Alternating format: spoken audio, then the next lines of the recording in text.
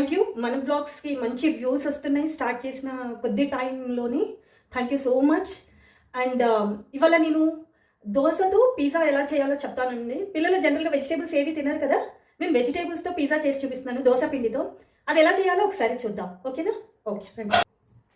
Sweet corn, సన్నగా తురిమి పెట్టుకున్న క్యాబేజీ, సన్నగా తురిమి పెట్టుకున్న క్యారెట్, సన్నగా తురిమి పెట్టుకున్న పన్నీరు, కొంచెం వెల్లుల్లిపాయల కారము, దోశ పిండి. దీన్ని ఎలా తయారు చేస్తారో ఒకసారి చూద్దాం. నేనైతే సెట్ దోశ ప్యాన్ తీసుకున్నానండి. నాకు ఇంట్లో ఉంది, లేదా మన ఇంట్లో ఏదైనా ప్యాన్ ఉన్నా అందులో కూడా తీసుకోవచ్చు. కొద్దిగా ఆయిల్ వేసేసుకొని ఈ దోశ బ్యాటర్ ఉంది కదండి, దోశ బ్యాటర్ ఒక్కొక్క దాంట్లో ఒక్కటి వేసుకొని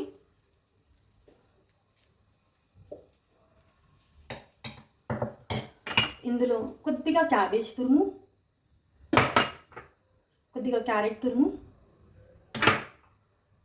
కొద్దిగా స్వీట్ కార్న్, తురుము పెట్టుకున్న పన్నీరు, కొంచెం వెల్లుల్లిపాయల కారం చేసి పెట్టుకున్నాం కదా మనం, ఆ వెల్లుల్లిపాయల కారం కొంచెం ఇలా అన్నిట్లలో ఇలా వేసుకొని.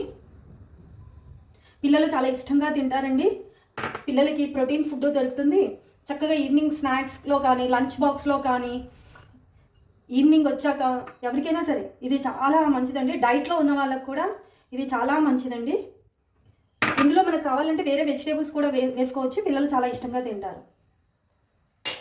ఇలా పెట్టుకొని ఒక 10 నిమిషాలు దీన్ని ఇలా అవనిద్దాం. ఇది ఇలా ఒకవైపు అయ్యింది కదండి, అయిన తర్వాత ఒక్కసారి ఇలా తిప్పుకుందాం.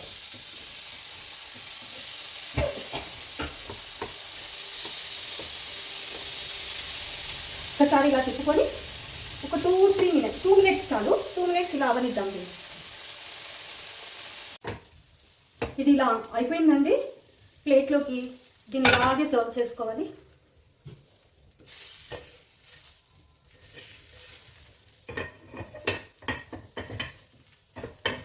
దీనిలో కొద్దిగా సాస్ వేసుకొని పిల్లలకి సర్వ్ చేసామంటే చాలా ఇష్టంగా తింటారండి. Dosa pizza ready.